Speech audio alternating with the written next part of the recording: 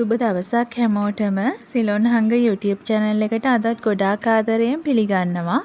අද මම ඔයගලන්ට අරගෙන ඇවිල්ලා තියෙන්නේ නිවැරදි අනුපාතයට රසට හරීම සුවඳට ගෙදරදීම 3-5 හදාගන්න පුළුවන් රෙසිපි එකක්. ඇත්තටම අපි හදන ව්‍යංජනවල රස වගේම සුවඳ වැඩි වෙන්න අපි පාවිච්චි කරන 3-5 එකේ ගුණාත්මක බව අනිවාර්යයෙන්ම බලපානවා.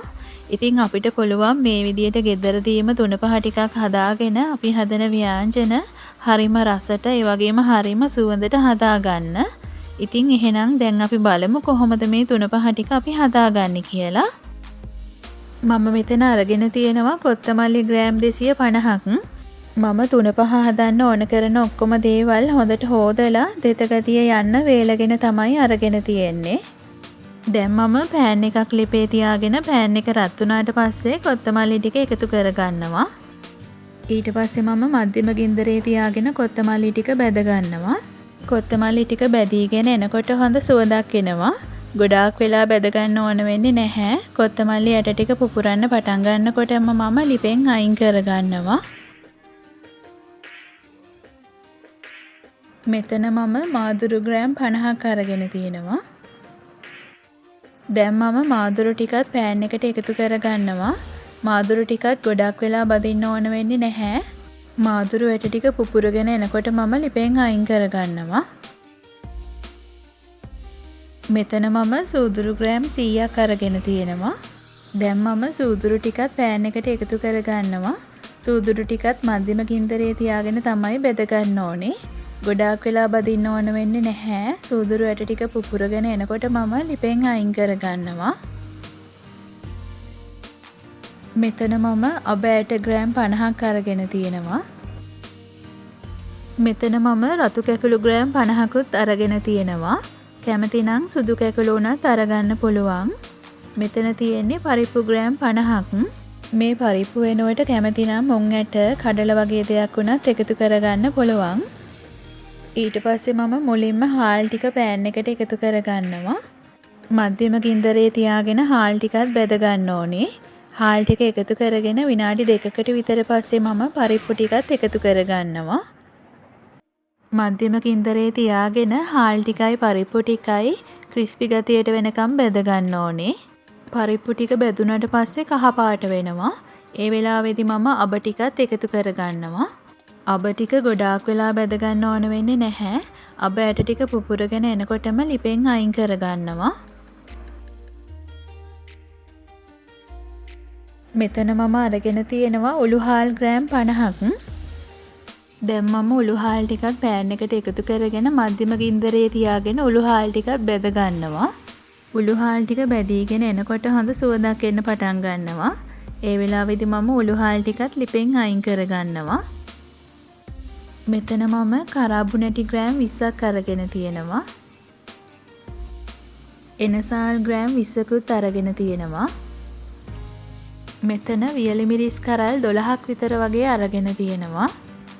කුරුඳු ග්‍රෑම් 20කුත් අරගෙන තියෙනවා. දැන් මම මේ ටිකත් පෑන් එකට එකතු කරගෙන මධ්‍යම ගින්දරේ තියාගෙන බෙද ගන්නවා. මිරිස් කරල් ටික ක්‍රිස්පි ගතියට බෙදනකම් මේ ටික බෙදගත්තාම ඇති. මම මෙතන කරපිංච ටිකකුයි රම්පෙ ටිකකුයි පොඩි කෑලි වලට කපාගෙන වේලගෙන අරගෙන තියෙනවා. ගොඩාක් තද අවුවේ වේලගත්තොත් එහෙම මේ රම්පෙ කරපිංචවල තියෙන සුවඳ අඩු වෙලා යනවා. ඒ නිසා මම උදේ අවුවෙන් තමයි මේ ටික වේලගත්තේ. තෙත ගතිය ගිහිල්ලා අතේ පොඩි වෙන ක්‍රිස්පි ගතියට මම මේ ටික වේලලා අරගත්තා. දැන් මේ තියෙන්නේ මම බෙදගත්ත ටික. දැන් මේ ටිකට මම රම්පෙ කරපිංච ටිකත් එකතු කරගන්නවා. රම්පෙ කරපිංච ටික හොඳට ක්‍රිස්පි ගතියට වේලලා අරගෙන තියෙන නිසා ආයෙමත් කබලේ බදින්නේ නැතුව තමයි මේ ටිකට එකතු කරගත්තේ. දැන් මම මේ ටික හොඳට මික්ස් කරගන්නවා.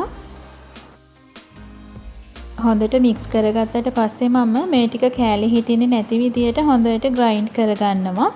ඔක්කොම එකපාර ග්‍රයින්ඩ් කරගන්න බෑ. දෙතුන් පාරකට වගේ තමයි ග්‍රයින්ඩ් කරගන්න වෙන්නේ. ඉතින් ගෙදර බ්ලෙන්ඩර් එකක් නැති කෙනෙක්ට පුළුවන් මේ ටික මිරිස් 3-5 කොටන තැනකට දීලා කොටා ගන්න. දැන් මේ තියෙන්නේ මම ග්‍රයින්ඩ් කරගත්ත ඔක්කොම 3-5 ටික. ඉතින් කොච්චර ග්‍රයින්ඩ් කරා වුණත් මේකේ ලොකු කෑලි තියෙන්න පුළුවන්. ඒ නිසා මම මේ විදියට පෙනේරයකින් මේ ටික හලා ගන්නවා. දැන් මේ තියෙන්නේ ඔක්කොම 3-5 ටික හලාගෙන ඉවරුණාට පස්සේ ඉතුරු වෙච්ච කෑලි ටික මම මේ ටිකත් ආයිමත් ග්‍රයින්ඩ් කරගෙන මේ ටිකට එකතු කරගන්නවා. දැන් මේ තියෙන්නේ මම හදාගත්ත ඔක්කොම 3-5 ටික. මම දැන් එදිනෙදා පාවිච්චියට ඕන කරන ටික විතරක් පොඩි බෝතලයකට දාගෙන වැඩිපුර තියෙන ටික ලොකු බෝතලයකට දාලා හුලං වදින්නේ නැති විදියට අරන් තියනවා. ඉතින් මේ විදියට 3-5 ගොඩක් එකපාර හදාගන්නවා නම් එදිනෙදා පාවිච්චියට ඕන කරන 3-5 ටික වෙනමම පොඩි බෝතලයකට දාලා අරන් තියාගන්න. නැත්තම් ලොකු බෝතලේ නිතර ඇර ගන්න ගියොත් එහෙම 3-5 ටිකේ සුවඳ අඩු වෙලා යන්න පුළුවන්.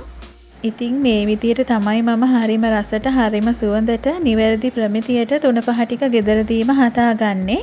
ඉතින් මේ විදියට 3-5 ටික ගෙදරම හදාගත්තාම අපිට පුළුවන් අපි හදන ඕනෑම ව්‍යංජන වර්ගයක්, මස් මාළු වර්ගයක්, පොලොස් වගේ දෙයක් හරිම රසට හරිම සුවඳට උකුවට හදාගන්න. ඉතින් ඕගොල්ලොත් මේ විදියට නිවැරදි ප්‍රමිතියට 3-5 ටිකක් ගෙදරම හදාගෙන කෑම වලට එකතු කරලා බලන්න කොහොමද කියලා රස. ඉතින් අදත් මගේ වීඩියෝ එකත් එක්ක එකතු වුණාට ඔයගලන්ට ගොඩාක් ස්තුතියි. channel එක subscribe කරපු නැති යාළුවෝ ඉන්නවා නම් සිලොන් හංග YouTube channel එක subscribe කරලා bell icon එකත් click කරලා තියාගන්න කියලා ආදරයෙන් මතක් කරනවා. එතකොට ඔයගලන්ට පුළුවන් මේ විදිහේ වීඩියෝ එකක් දාපු ගමන්ම වීඩියෝ එක බලන්න. එහෙනම් ඉතින් ආයෙමත් දවසක අලුත් වීඩියෝ එකකින් හමු වෙනකන් ඕගොල්ලෝ හැමෝටම සුබ දවසක්.